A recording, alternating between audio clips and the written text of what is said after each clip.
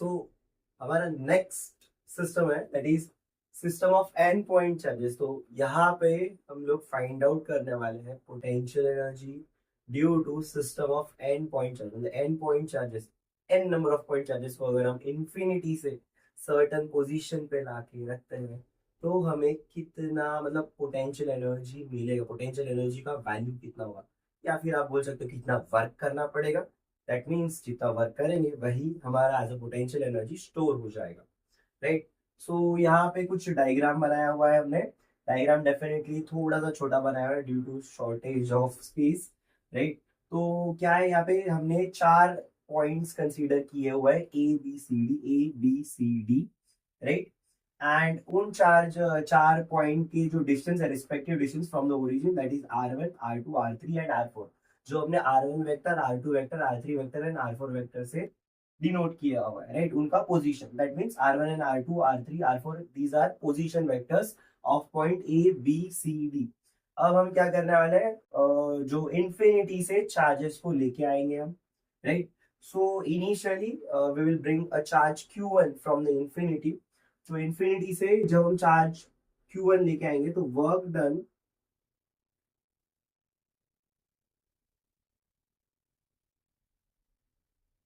On charge Q1, right?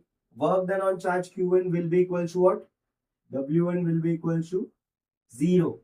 Why W1 will be equal to 0? Because हमने अभी just एक हमारे प्रीवियस वीडियो में डिस्कस किया है, दैट इज कि initially there is no electric field, right. पहले कोई इलेक्ट्रिक फील्ड नहीं है, भाई, because there is no charge over there. तो जब आप W1 को लेके आ रहे हो तो उसको वहां पे कोई इलेक्ट्रिक फील्ड नहीं है। एंड वी नो दैट जो वर्क डन का फॉर्मूला होता है वो होता है E is equal to, sorry, W या फिर like small work done is equal to E dot dx। Therefore as वहां पे इलेक्ट्रिक फील्ड ही नहीं है तो वर्क भी क्या हो जाएगा, जीरो हो जाएगा, right? This charge Q1 will produce its potential, right, at point A. वो अपना एक potential produce करेगा at point A, and that potential will be equal to V1 is equal to 1 upon 4 pi epsilon naught Q1 upon R1, Q1 upon R1। ये potential होगा हमारे charge Q1 की वजह से at distance R1। Now while bringing the charge Q2, हमें जब charge Q2 को लेके आएंगे तब वहां पे हमारा ऑलरेडी एक चार्ज Q1 था, राइट। उसका पोटेंशियल है around it, right. And potential that means उसने अपने अराउंड एक इलेक्ट्रिक फील्ड भी जनरेट, उसका एक इलेक्ट्रिक फील्ड भी होगा। तो again that against that electric field हमें क्या करना पड़ेगा, उस चार्ज को, जो Q2 चार्ज को वर्क करना पड़ेगा, right. So that work will be equal to, यहाँ पे लिख देते हैं हम लोग, work done by charge Q2।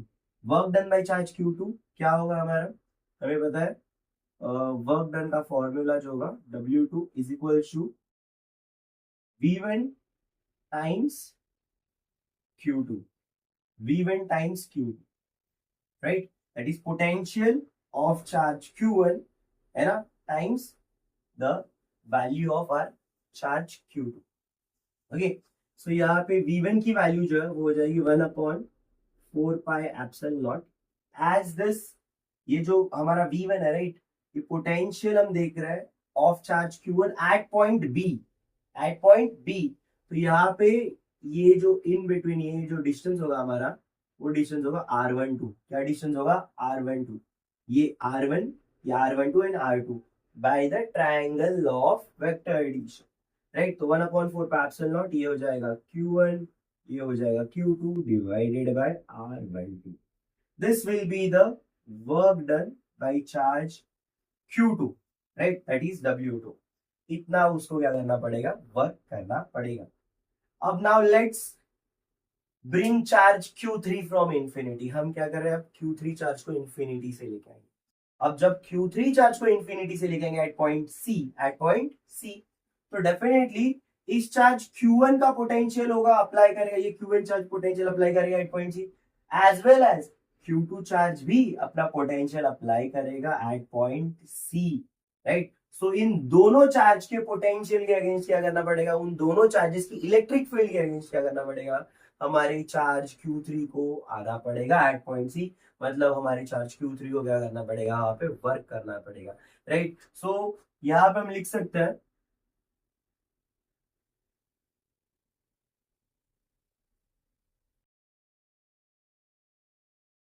Work done by charge Q3, है ना, work done by charge Q3, so that will be W3 will be equal to, अब वहां पे क्या है हमारे potential of Q1 due at point C as well as potential of Q2 charge at point C। तो ये दोनों की वजह से ये V1 plus V2 times Q3, V1 plus V2 that is potential of charge 1 at point C, potential of charge 2 at point C times Q3। सो अगर हम इसको सॉल्व करते हैं, सॉल्व करने पे हमें क्या मिलेगा, W3 that is work done by charge 3 will be equals to 1 upon 4 pi epsilon naught Q1 R1 3, right, plus 1 upon 4 pi epsilon naught Q2 R2 3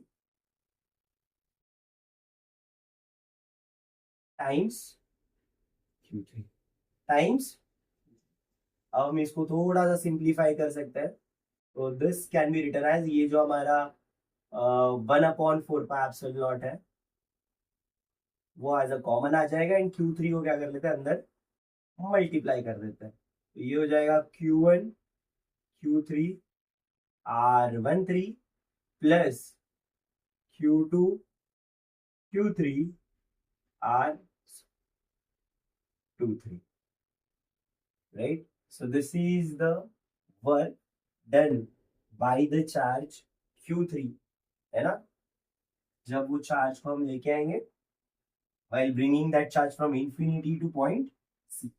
Similarly, we can write for like expression of work for charge Q4। अब definitely क्या होगा, अब जब charge Q4 को हम infinity से लेके आएंगे तो यहाँ पे Q1 की वजह से पोटेंशियल होगा एट पॉइंट डी, Q2 की वजह से पोटेंशियल होगा at point D, as well as Q3 की वजह से पोटेंशियल होगा at point D, and their respective distance will be Q1 से Q4 का डिस्टेंस, या A पॉइंट से D पॉइंट का जो डिस्टेंस होगा that will be R14, B point से D पॉइंट का जो डिस्टेंस होगा that will be R24, C point से D पॉइंट का जो डिस्टेंस होगा दैट विल बी R34।